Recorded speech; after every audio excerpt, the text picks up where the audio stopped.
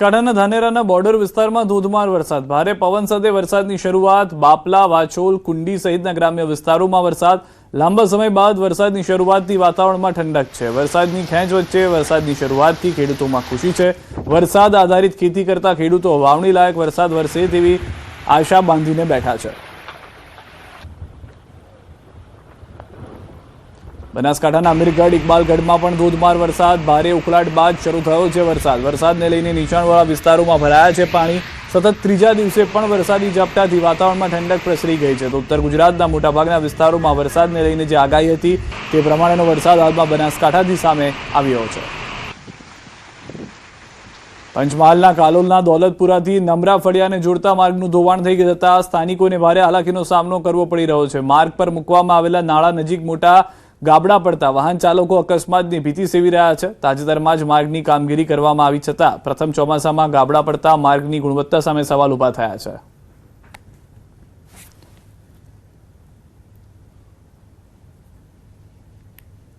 Ahmedabad police કમિશનરની ગુનેગારોને ચેતવણી. JCP crime પર થયેલા હુમલા પર બોલ્યા પોલીસ કમિશનર. ન્યૂઝ 18 પર બોલ્યા અનુપમસિંહ ગેહલોત. કલીમ ભૈયા જેવા લોકો કાયદામાં રહે અથવા શહેર છોડી દે. અમદાવાદના હિસ્ટ્રી શીટરોની યાદી તૈયાર કરાશે.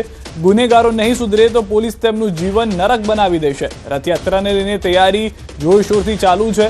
આરોપીઓ ઉપર નજર રાખવા FRS સિસ્ટમ લગાવાશે. સાયબર જાગૃતિ અને ડ્રગથી દૂર રહેવા ખાસ અભિયાન. રથયાત્રામાં ખાસ અભિયાન શરૂ કરાશે. ટ્રાફિકના નિયમો તોડનાર સામે કડક કાર્યવાહી થશે. ટ્રાફિકથી મુક્તિ માટે ખાસ પ્લાન તૈયાર કરાયો છે. ભગવાન જગન્નાથની રથયાત્રા નીકળવાની છે. સાથોસાથ શહેરમાં કાયદો અને વ્યવસ્થાને લઈને નવા પોલીસ કમિશનર અનુપમસિંહ ગેહલોતજી જે અત્યારે સાથે છે અને કેટલાક સવાલો છે તેમનો જવાબ આપણે એમના પરથી મેળવીશું. એવું મહત્વનો પ્રશ્ન છે કે આ પાયાની પહેલાં જેસીબી ક્રાઇમ ઉપર એક નોટેરિયસ વ્યક્તિ છે તેને હુમલા કરવાની કોશિશ કરી. આવા કલીમ ભૈયા અને આવા લોકો જે છે નોટેરિયસ હિસ્ટ્રી શીટર એના માટે શું સૂચના અને ખાસ કરીને કયા પ્રકારનું પ્લાનિંગ હશે કે એ લોકોને કંટ્રોલમાં રહે?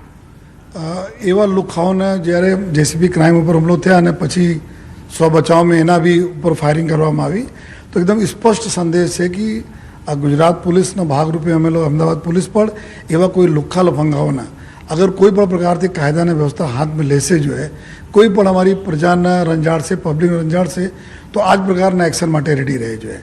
બેટર છે કે તમે કાયદામાં રહો અને કોઈને હેરાન નહીં કરો. તમે अपने લાઈન ચાલો તો પોલીસ બી તમે હેરાન નહીં કરશે, નહીં તો પોલીસ સખત તમારી લાઈફ નરક બનાવી દેશે. એવી બધાને અમે એક તરહ સે વોર્નિંગ પણ આપીએ છીએ અને એક બાર સૂચન બી આપીએ, સલાહ બી આપીએ છીએ કે સુધરી જાઓ, આ તમારે માટે બહુ ફાયદામાં રહેશે. સર, ખાસ કરીને રથયાત્રા આવવાની છે અને 149મી રથયાત્રા છે. ચેલેન્જ બી છે કારણ કે દર વખતે એક નવું ચેલેન્જ અને નવું ટેકનિક. આ વખતે શું નવું લાવવાના છે જેનાથી ખૂબ જ સ્મૂથ આ રથયાત્રા નીકળી શકે? 16 તારીખના રોજ ભગવાન શ્રી જગન્નાથજીના 149મી રથયાત્રા છે. એની સંપૂર્ણ તૈયારીઓ ઘણા દિવસોથી કરવામાં આવી રહી છે. સાથોસાથ આ વખતે અમારા બી અમે લોકો પ્લાનિંગ કરીએ છીએ કે કોઈ ચાહે cyber crime awareness, anti drugs મૂવમેન્ટના એના બી અમે આ જ્યારે યાત્રા પ્રોસેસન થાય ત્યારે ચૂંકि લાખોના સંખ્યામાં લોકો રહે છે તો એના બી અમે અવેર કરીએ કે ભગવાન જગન્નાથજીના સાચી માનીએ કે આ બધા છે અમે દૂર રહીએ જોઈએ. તો આ પ્રકારને બી અમે કરવાના છીએ. બાકી તો પોલીસ તરફ જેટલી બી તૈયારીઓ હોય છે અમારા ટેકનિકલ ગેજેટરીઝ લઈને, હ્યુમન ઇન્ટેલિજન્સ લઈને, ફિલ્ડ ઉપરના તમામ ચીજોમાં કોઈ અમે લોકો બાંધછોડ રાખીશ નહીં. બિલકુલ. તો રથયાત્રા અને ખાસ કરીને નોટોરિયસ વ્યક્તિઓ માટે પણ ખાસ સૂચના છે અને ટ્રાફિકની ખૂબ જ પ્રાયોરિટી રાખવામાં આવી રહી છે કારણ કે ટ્રાફિક ખૂબ જ ગંભીર સમસ્યા માત્ર રાજ્ય નહીં દેશ માટે પણ છે. કેમેરામેન નિલેશ સોસા સાથે નવીન ઝા, ન્યૂઝ 18 ગુજરાતી, અમદાવાદ.